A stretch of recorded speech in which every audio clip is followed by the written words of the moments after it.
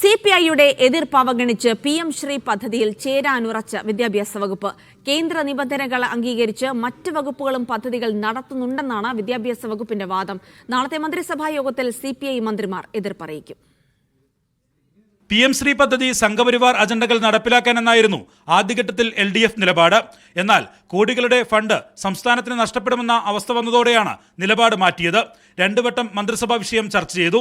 CPIയുടെ കടുത്ത എതിർപ്പിനെ തുടർന്ന് രണ്ടുവട്ടവും തീരുമാനം മാറ്റിവെച്ചു.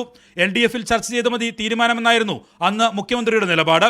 കേന്ദ്രം വഴങ്ങാതെ വന്നതോടെയാണ് LDFലോ മന്ത്രിസഭയിലോ ചർച്ച ചെയ്യാതെ PM ശ്രീയിൽ ചേരാൻ വിദ്യാഭ്യാസ വകുപ്പ് തീരുമാനമെടുത്തത്.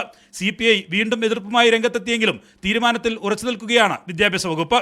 1500ഓളം കോടി രൂപ നഷ്ടപ്പെടുത്താൻ കഴിയില്ല എന്ന നിലപാട് ആവർത്തിക്കുകയാണ് വിദ്യാഭ്യാസ മന്ത്രി. ഫണ്ട് നഷ്ടപ്പെടുത്തിയാൽ അത് വിദ്യാർത്ഥികളോട് ചെയ്യുന്ന തെറ്റാകുമെന്നും മന്ത്രി നിലപാട് ഘടിപ്പിക്കുന്നു.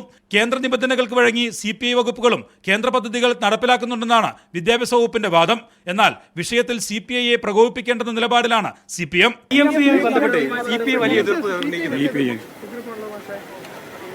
അതേസമയം വിഷയം നാളെ മന്ത്രിസഭായോഗം ചർച്ച ചെയ്യും. യോഗത്തിൽ CPI മന്ത്രിമാർ എതിർപ്പറിയിക്കും. PM ശ്രീയിൽ ചേരാതെ തന്നെ തമിഴ്നാട് SSI ഫണ്ട് നേടിയെടുത്തിട്ടുണ്ടെന്ന് CPI മന്ത്രിമാർ ചൂണ്ടിക്കാട്ടും. CPIയെ കാര്യങ്ങൾ ബോധ്യപ്പെടുത്തി പദ്ധതിയുമായി മുന്നോട്ടു പോകാനായിരിക്കും മുഖ്യമന്ത്രിയുടെയും വിദ്യാഭ്യാസ വകുപ്പിന്റെയും തീരുമാനം. മീഡിയ 1 തിരുവനന്തപുരം.